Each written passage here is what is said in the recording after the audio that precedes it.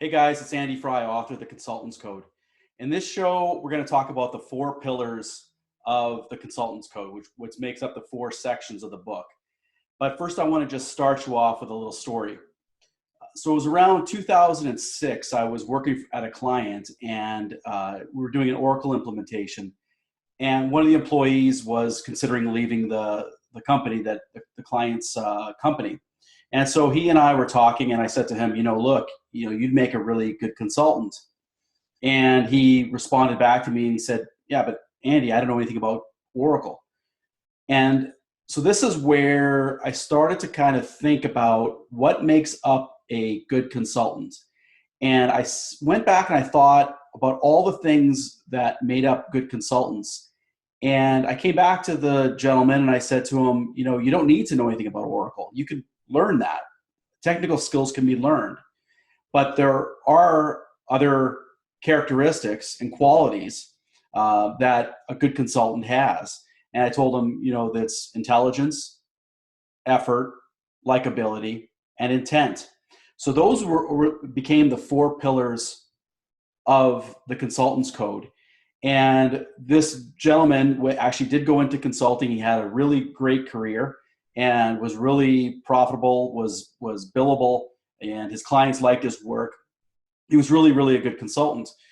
So getting into the book, those lessons are really what the book is about. And when I started to come up with those four, I looked at the past and I thought, what are the consultants that I knew of that were really good and really strong? Which ones of them, what did they have? And the really good ones had all four qualities. Now, there were consultants that were good or, mediocre, or they were, acceptable, but they were lacking in one of those four pillars. But after I came up with those thoughts, I started to look and think and look at the good consultants that I would run into, or even the poorer ones, and start to look at them and see what's missing. What I found was those four pillars were the major components of a really, really great consultant. So I'm going to talk about them a little bit right now, just so you get an understanding about what the book's about and the lessons that we're going to be talking about on this show. So the first pillar is intelligence. So the second one is effort. The third one is likability, and the fourth is intent. So some of you are watching and thinking, oh yeah, big deal. So, consultants are intelligent. What I found was that there are a lot of misconceptions around what intelligence really is. And when I started to look at different consultants, some of them had very high IQs. Other ones were just average. But what intelligence really came down to in the consulting world was the ability to learn, the ability to catch on to concepts quickly, the ability to explain concepts to your client, and the ability to repeat that process. So it wasn't just learning something and repeating it, or learning something and memorizing things and going out and executing it. People who were intelligent were able to understand those concepts and learn. So if somebody had a very high IQ, let's say 140 IQ, that might be good in school, but that didn't necessarily mean they were actually going to use those skills when they were becoming a consultant. And I'll explain a little bit about that, because in another show, we're going to talk about a fixed and a growth mindset, and why sometimes people who were deemed as smart throughout their lives struggled as they became an adult. But we'll talk about that in another show. So that was the intelligence section of the book. And effort, and when we talk about effort isn't just about hard work. Most of us have been taught you need to work hard, put your nose to the grindstone, work, put in hard work, effort every day. What I found was that hard work in itself is not going to get you to success. You can't get to success without hard work, but you can work really hard at the wrong things. And this is where focused effort comes in. So the second pillar is effort, but it's really focused effort. And this is based on the studies of Kay Anders Ericsson, who is a researcher who was coined with the 10,000 hours to become an expert. Now has some books out that says he never actually came up with that phrase. It just means there's a lot of work to become a specialist or an expert. Regardless, in the book I talk about 10,000 hours because to become good and to become really great, you need to put in a lot of effort, and that effort has to be focused. And his studies have talked about deliberate practice. That's what he focuses on, is deliberate practice. In the book we talk about focused effort, but it's really the same thing. Focused effort isn't just don't waste time. Focused effort is about when you're doing something, that should be the thing that you're focused on. And we all have read books where we sit down and we read a page, and at the end of the page we think, what did I just read? Right? It wasn't that we weren't capable of learning the information. It was that we were daydreaming. Our minds wandered, or whatever happened. We weren't really focusing on what we were doing. And for consultants, and really anybody, to become an expert or to become a really, really good quality resource, you need to put in a focused effort in what you do, in everything you do. Now, that takes a lot of effort, and that's why most people don't do it. But that's the second pillar. The third pillar is likability. Now, likability is one area that I believe most consultants fail at. And I'll explain what I mean by that. One is a lot of consultants don't build relationships with their clients. Often they're even encouraged not to, and I'll explain why. And that's because they want to keep their clients at arm's length. Many times, the consulting firms know there's going to be conflict, and they don't want the consultant getting too buddy-buddy with the client. Now, I take an opposite view of that. The consultants who are really, really great actually build likability. Now, likability isn't just, hey, he's a nice guy and I like him and we like going out for drinks or lunch. Likability is around being able to communicate, explain the hard conversations that need to be explained.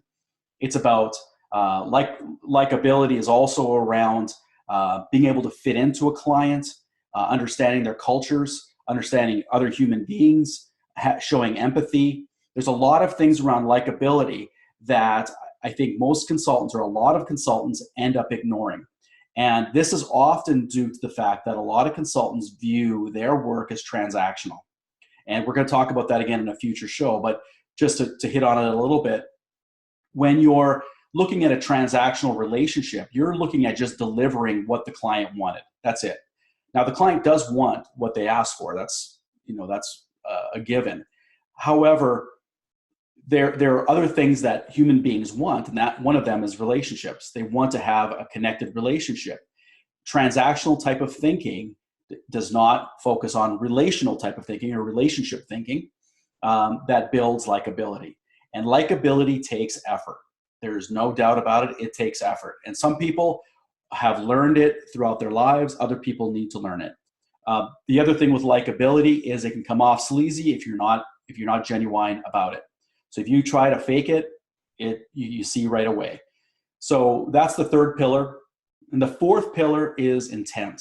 So intent is, we need to act intentional on what we're doing. We need to have a purpose. We need to exercise that purpose. So even when we talk about intelligence, and the intent there's intent on itself, but intent can be combined with the other three pillars.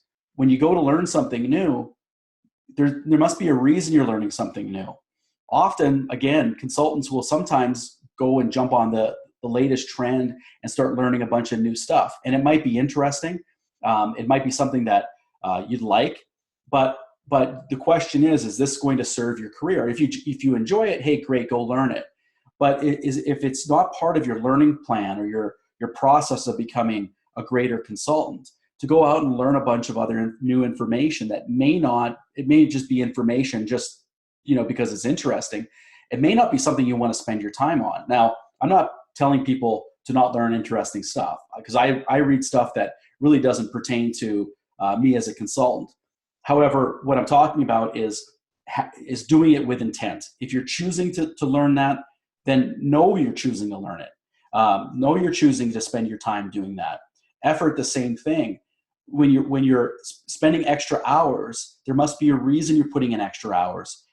Working 14 hours a day and putting in extreme hard work, most people cannot keep that up for any length of time. It's very difficult for a consultant to have a 10, 15, 20-year career where they're working 14 hours a day and weekends. People cannot keep up that pace. So be intentional about where you're focusing your effort. And then likability, the same thing. What type of relationships do you want to have?